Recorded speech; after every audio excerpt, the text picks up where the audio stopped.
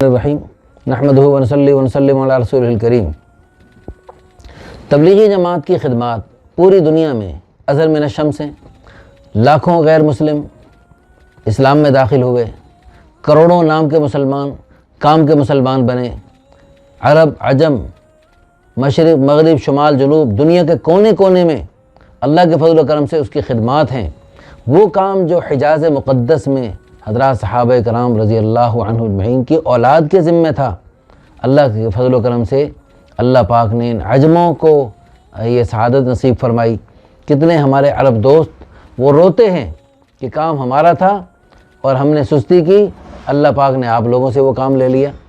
تو یہ بہت بڑی بات ہے کہ اللہ پاک ان عجموں سے پوری دنیا میں دین کی اشاعت کا کام لے رہے ہیں۔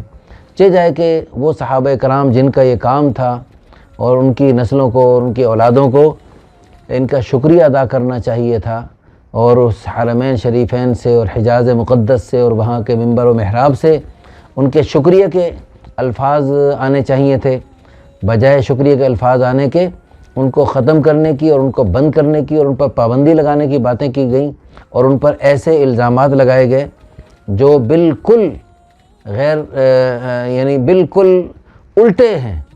یعنی وہ شرک کی بات کرتے ہیں، وہی کہاں شرک کی بات کرتے ہیں۔ تبلیغ والے جتنی توحید بیان کرتے ہیں اتنی تو شاید ہی دنیا میں کوئی توحید بیان کرتا ہو۔ اللہ سے ہونے اور اللہ کے غیر سے نہ ہونے کو جتنا تبلیغ والوں نے ساری دنیا میں بولا ہے، اللہ کی قسم اتنا پوری دنیا میں کسی نے نہیں بولا۔ لاکھوں کروڑوں دفعہ تو صرف ایک شخص ہمارے بزرگ حاجی عبدالوہاب صاحب رحمۃ اللہ علیہ نے بولا، لیکن اس کے باوجود ان جماعت والوں کو ایسا کہنا کہ یہ شرک والی باتیں کرتے ہیں، بدعات کا ارتکاب کرتے ہیں اور یہ یعنی دہشت گرد ہیں۔ اور بھائی یہ تو امن والی جماعت ہے، پوری دنیا میں امن پھیلانے کے داعی ہیں اور امن کی بات کرتے ہیں، تو ان کے اوپر ایسے الزامات لگانا یہ بہت غیر مناسب ہے۔ ہماری پھر بھی دل سے دعا ہے، ہمارے یہ عرب حضرات جو حضرات صحابہ کرام رضی اللہ عنہ اجمعین کی اولاد ہیں،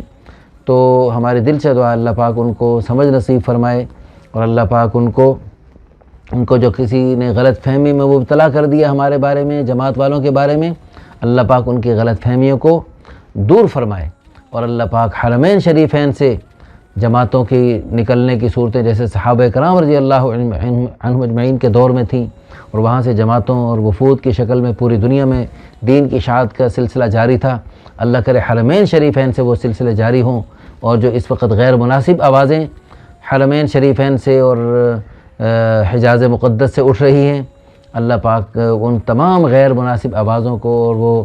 غیر مناسب جو چیزیں وہاں سننے میں آ رہی ہیں، اللہ پاک ان تمام چیزوں کو ختم فرمائے، وہاں سے ہدایت کا نور ساری دنیا میں اللہ پاک پھیلانے کی صورتیں پیدا فرمائے۔ آمین ثم آمین، وآخر دعوانا ان الحمد للہ رب العالمین۔